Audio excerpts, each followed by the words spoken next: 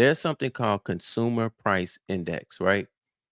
And this is what they use. They call it CPI. And so a lot of times you would notice that they'll look at the measurement of CPI, and this is how they judge what inflation is doing. Now I'm going to open up a chart of trading view. I'm going to bounce around on some stuff. So just bear with me. Trading view, you can look up all of these things. I don't want anything on this chart, but give me a second. I'm gonna I don't want nothing on the chart. How do I take this off? I don't want to see that. I don't want to see that. I'll make this big. And we're gonna look at it on I hope that's able to, you can see that. That's fine. Now, if you come up here and you click on the little top and then the little up here where you put the symbol in, we're gonna go to economy. And first I gotta take that out. So I'm on economy. We want to look at this right here, T10, 10-year minus 2 year, or 10-year, 2 year. That's the main thing that you look at for your yield curve. But that's not what we're going to look for. We want CPI. I probably could just type it in and it'll come up. Let's look CPI. Here's core CPI year over year. Oh, we're gonna pull that up. Now you see that, right? And here's where we are at 2.4. And you can see, and this is being measured. Look, that's July 24, that's June, that's May, and this is what it looks like. So if you're looking at it from right here, this was September 22. So this was 2 years ago. It was way up here, right? So it's down here. Now you see this large decline like this, you would think that, like, hey, inflation is coming down based on this number, right? This number right here is saying that this saying core CPI, right? And it's showing you that it's down. But I'm also going to show you why it's not down. I'm gonna drag, just bear with me. Now I'm gonna show you something. This is all I just Googled. I hope you guys, I had to make sure, dragging this over.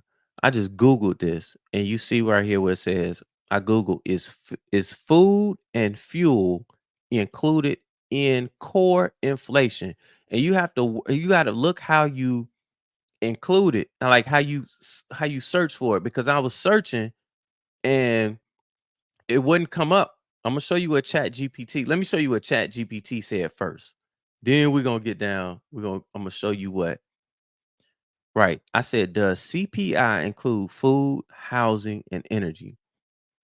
It said, yes, the consumer price index typically includes food, housing, and energy as part of its calculation. Here's how these categories are generally represented, right? Food, it says the CPI includes food, category that covers a wide range of items, including groceries and dining out. Housing, the CPI includes housing costs under categories like shelter, which can encompass rent. Well, it says which can. Owner's equivalent rent, yada yada. Energy costs also included in the CPI, particularly under the categories like energy, excuse me, which includes gasoline, electricity, and fuel oil. Now, that's what it says right there. Now I'm gonna drop this and I'm gonna come out of this, move this over. Now, when I put in, is food and fuel included in core inflation? Core inflation is the change in the cost of goods and services, but does not include those from food and energy sectors. So depending on how you word it, it'll tell you what's included in these inflation numbers. So a lot of times, depending on which politician is speaking, I'm telling you that, so you may hear numbers and they'll say, "Hey, inflation is coming down." I'm not picking sides, right? I'm not I'm trying not to make it too political. I'm just giving you information. You take it and do with it what you want to do, right? But you may hear somebody say, "Hey, inflation is coming down. Our policies are bringing inflation down." But as people, when you go out there and you spend, you know that your purchasing power, that your dollars that you are spending are not purchasing the same amount of goods as they did before. You're watching, if you're somebody that's in the housing market trying to purchase a home, or your rent, you're noticing that rent, if you're trying to rent something, rent prices are going up or they're continuing to stay high, and it's not adding up with what they're saying. The reason is because it's trickery with the wordplay. And I just showed you how um inflate how food and energy is not included in core inflation. So they're not including the prices of like groceries when you go to the grocery store. They're not including rent prices.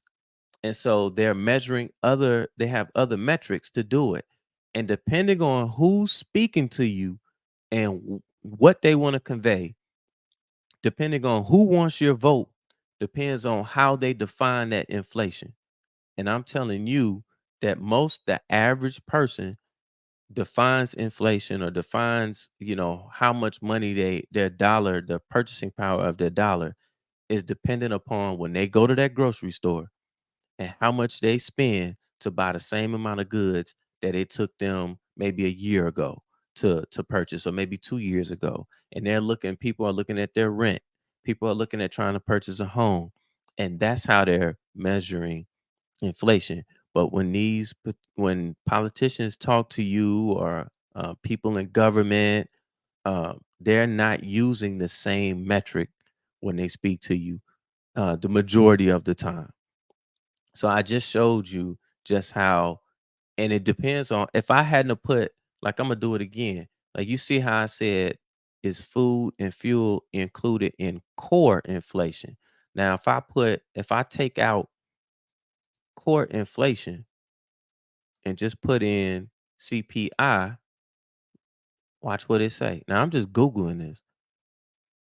Now it says the consumer price index consists of a family of indexes that measure price change experienced by urban consumers.